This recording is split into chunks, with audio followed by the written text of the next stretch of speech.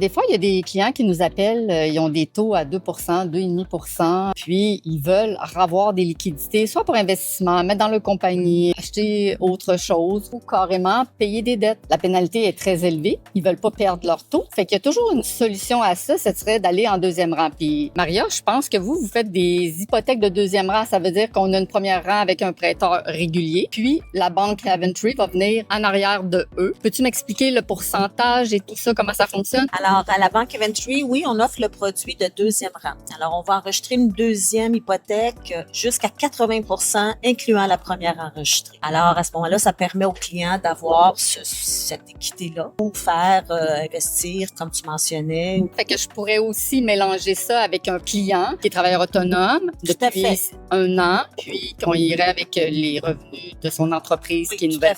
OK. Ah, c'est super. Oui, à ce moment-là, toutes les sources de revenus, si je peux me permettre, sont éligibles pour hypothèque de deuxième rang. Entre autres, le travailleur autonome non traditionnel.